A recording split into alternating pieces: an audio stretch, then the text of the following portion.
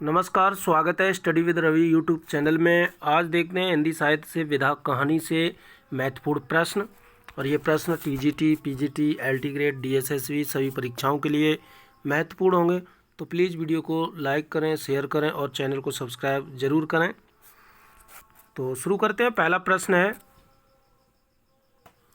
प्रेमचंद की प्रथम कहानी कौन सी है?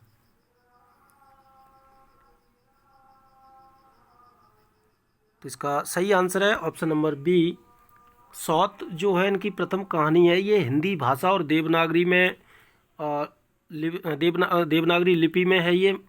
तो और ये 1915 ईस्वी में सरस्वती पत्रिका में छपी थी ये कहानी। और इनकी प्रेमचंद नाम से जो पहली कहानी है वो है बड़े घर की बेटी, जो दिसंबर 1910 ईस्वी में जमाना पत्रिका में छपी थी। कुछ कुछ आलोचक जो हैं वो इनकी पंच परमेश्वर 1916 की प्रथम कहानी मानते हैं। अगला प्रश्न है, इनमें से किस कहानी संग्रह का प्रकाशन वर्ष सही सुमिलित नहीं है? नवनिधि 1917, प्रेम पूर्णिमा 1918, प्रेम पच्चीसी 1923, प्रेम प्रतिमा 1925। तो ये सभी कहानी संग्रह जो हैं वो प्रेमचंद के हैं। और इनमें से जो सही सुमिलित नहीं है वो है ऑप्शन नंबर डी, प्रेम प्रतिमा। इसका 1925 ईस्वी नहीं है, इसका जो प्रकाशन वर्ष है वो है 1926 ईस्वी। प्रश्न नंबर 3, प्रेमचंद ने लगभग कितनी कहानियां लिखी?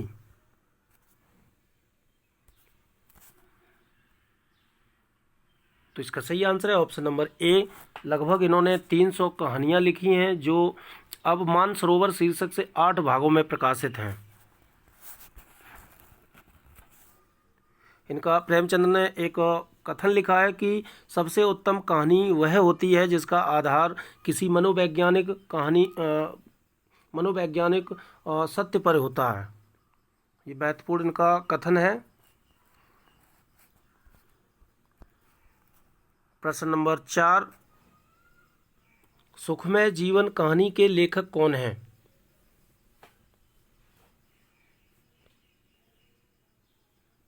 तो सुखमय कहानी के लेखक हैं option number D, Chandradhar Sharma Guleri. Guleri ने केवल 3 कहानियां लिखी हैं। और सुखमय जीवन जो इसका प्रकाशन वर्ष है वो है 1911 ईस्वी। दूसरी कहानी है इनकी बुद्धू का कांटा। इसका प्रकाशन वर्ष है 1914 ईस्वी। अच्छा, सुखमय जीवन जो है 1911 की कहानी है और ये भारत मित्र में छपी थी कहानी।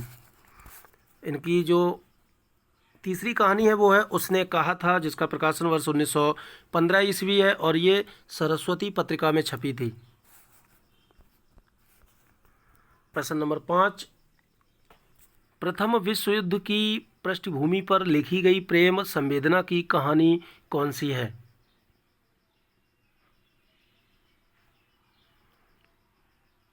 तो प्रथम जो विश्व युद्ध हुआ था उसकी पृष्ठभूमि पर लिखी गई प्रेम संवेदना की कहानी है ऑप्शन नंबर ए, उसने कहा था। ये भी मतलब चंद्रधर शर्मा गुलेरी की कहानी है ये।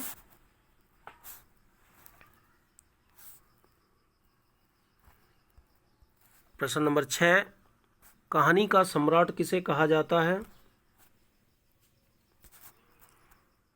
तो कहानी का सम्राट कहा जाता है ऑप्शन नंबर बी, प्रेमचंद को। इनकी 300 कहानियां हैं। नमक का दरोगा, सज्जनता का दंड, ईश्वरी न्याय, दुर्गा का मंदिर, बूढ़ी काकी, शांति, सवा सेर गेहूं, शतरंज के खिलाड़ी, मुक्ति मार्ग, मुक्तिधन, सौभाग्य के कोड़े, दो सखियां, पूस की रात, समर यात्रा, पत्नी से पति, सदगति, दो बैलों की कथा, होली का उपहार, ठाकुर का कुआं, ईदगाह, नशा, बड़े भाई साहब, कफन। ये इनकी महत्वपूर्ण कहानियां हैं प्रेमचंद की। कफन जो है इनकी 1936 की और अंतिम कहानी है इनकी प्रेमचंद की। प्रश्न नंबर 7, इनमें से जयशंकर प्रसाद का कहानी संग्रह कौन सा है?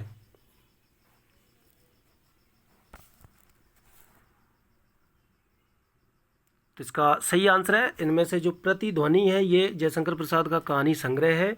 और पत्थर की पुकार, उस पार का योगी, देवदासी, ये तीनों कहानियां हैं इनकी।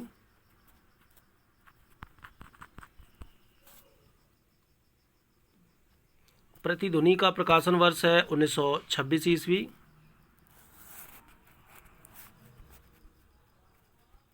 प्रश्न नंबर 8, जयशंकर प्रसाद की प्रथम कहानी संग्रह कौन सा है?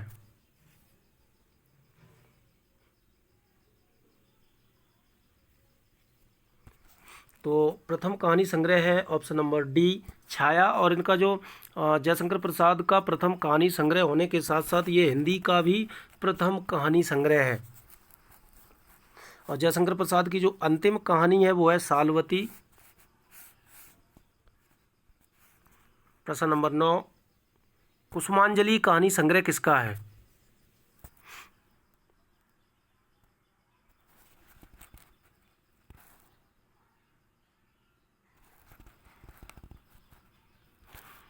तो इसका सही आंसर है, इनमें से कोई नहीं।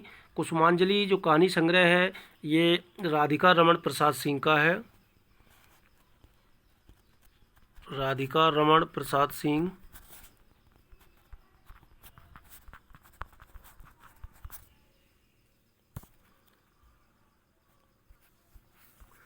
प्रश्न नंबर 10, किसको ऐतिहासिक कहानियों की परंपरा का जनक माना जाता है?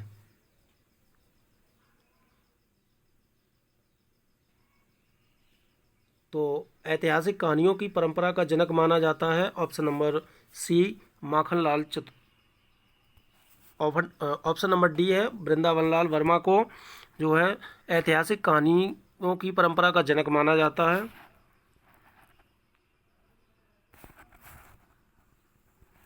वृंदावन लाल वर्मा की प्रमुख कहानी संग्रह है शरणागत,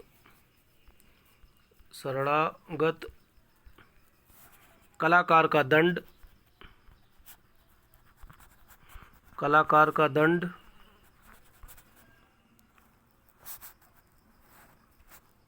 तो ये थे महत्वपूर्ण 10 प्रश्न।